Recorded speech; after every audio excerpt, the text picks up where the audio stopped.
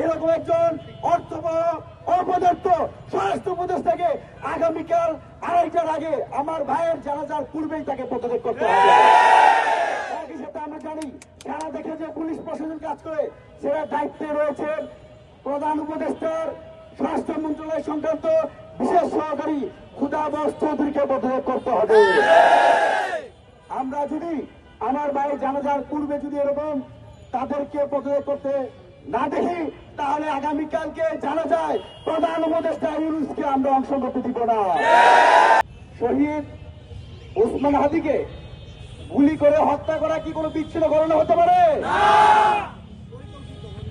Professor ইউনূসের প্রধান নির্বাচন commissioner বলেছেন হাদিকে গুলি করে হত্যা করা নাকি বিচ্ছিন্ন ঘটনা। আমরা স্পষ্ট বলতে চাই শেখ হাসিনা নির্বাচন কমিশনার নুরুল হুদা আউয়ালের প্রতিচ্ছবি আমরা বর্তমানে দেখতে পাচ্ছি। ওসমান হাদি কোন বিচ্ছিন্ন ঘটনা নয়। বাংলাদেশের বর্তমানে যদি কোন ভিআইপি ব্যক্তি থাকে তার নাম হচ্ছে শরীফ ওসমান হাদি। বর্তমানে বাংলাদেশের কোন একজন রাজনৈতিক ব্যক্তি যদি থাকে যাকে আশা করি মানুষ পছন্দ করে তার নাম ওসমান হাদি। বাংলাদেশের 64,000 বর্গ মাইলে যতদূর এই লাল সবুজের পতাকা বিস্তীর্ণ থাকবে ততদিন শরীফ ওসমান হাদি থাকবে। সুতরাং যারা আমার ভাই ওসমান হাদিকে গুলি করে হত্যা করার পরেও যারা বলে বিচ্ছিন্ন ঘটনা তাদের দ্বারা ত্রয়োদশ জাতীয় সংসদ নির্বাচন হতে পারে না। যদি আমার ভাই হাদির জানাজার পূর্বেই যদি প্রধান নির্বাচন কমিশনার ক্ষমা চায় তাহলে আমরা ছাত্র জনতা ভেবে দেখতে পারি।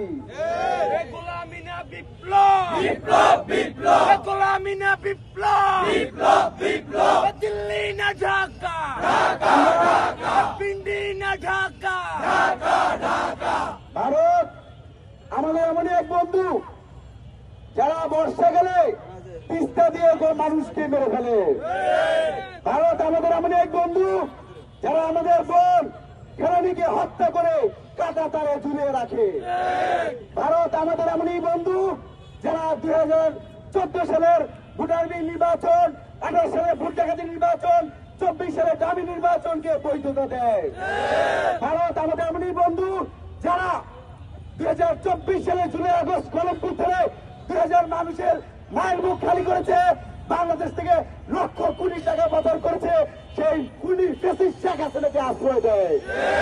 ভারত আমাদের এমনই বন্ধু যারা শরীফ ওসমান হাদিকে হত্যা করে ভারতে আশ্রয় দেয়। আমরা দেখতে পেয়েছি গত কয়েকদিন যাবৎ 30 নভেম্বর থেকে শুরু করে আজ পর্যন্ত গত 5 দিন, গত কয়েকদিনে 5 জন বাংলাদেশি নাগরিককে বিএসএফ হত্যা করেছে।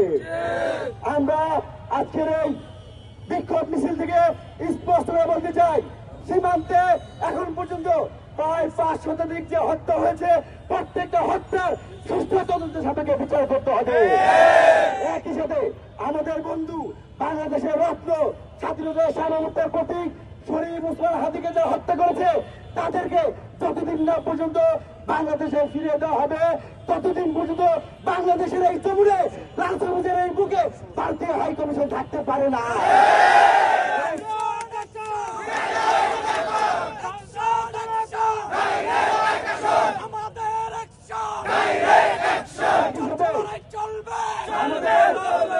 বক্তব্য স্পষ্ট, আমাদের নেতৃবৃন্দ বলেছেন আমরা এই যে স্বরাষ্ট্র উপদেষ্টা আসলে তাকে স্বরাষ্ট্র উপদেষ্টার মতো নাম বলতে লজ্জা লাগে। এরকম একজন অর্থবহ অপদার্থ স্বরাষ্ট্র উপদেষ্টাকে আগামীকাল 2:30টার আগে আমার ভাইয়ের জানাজার পূর্বেই তাকে পদত্যাগ করতে হবে। একই সাথে আমরা জানি যারা দেখে যে পুলিশ প্রশাসন কাজ করে সেটা দায়িত্বে রয়েছেন প্রধান উপদেষ্টার স্বরাষ্ট্র মন্ত্রণালয় সংক্রান্ত বিশেষ সহকারী খুদাবস চৌধুরীকে পদত্যাগ করতে হবে। আমরা যদি আমার ভাইয়ের জানাজার পূর্বে যদি এরকম তাদেরকে পদত্যাগ করতে না দেখি তাহলে আগামীকালকে জানা যায় প্রধান উপদেষ্টা ইউনূসকে আমরা অংশ করতে দিব না। আমরা দেখতে পাচ্ছি প্রধান উপদেষ্টা প্রেস সচিব শফিকুল ভাইকে বলতে চাই আপনি বলেছেন ত্রয়োদশ জাতীয় সংসদ নির্বাচনে জাতীয় পার্টি অংশ নিতে পারবে। আমরা বলতে চাই কত টাকার বিনিময়ে আপনি জাতীয়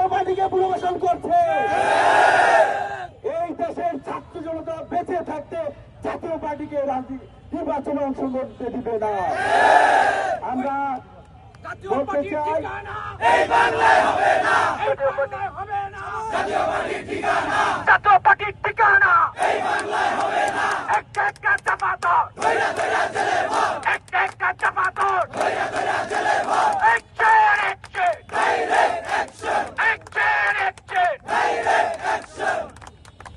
সুতরাং এই যে ভারতীয় চোর যারা বাংলাদেশে রাজনীতি করে সাংবাদিকদের বলে কি কথা বলবে সেটা ভারত ঠিক করে দিয়েছে।